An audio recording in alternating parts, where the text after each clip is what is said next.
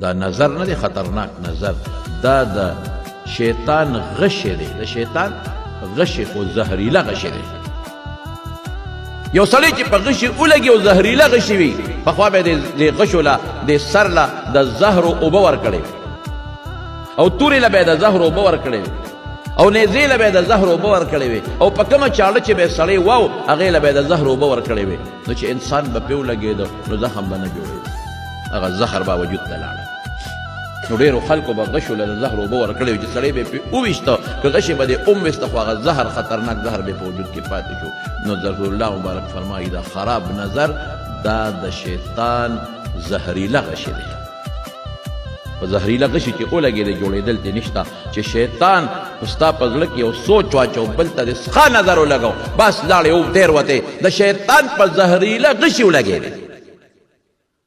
نظر نه ځان ساته.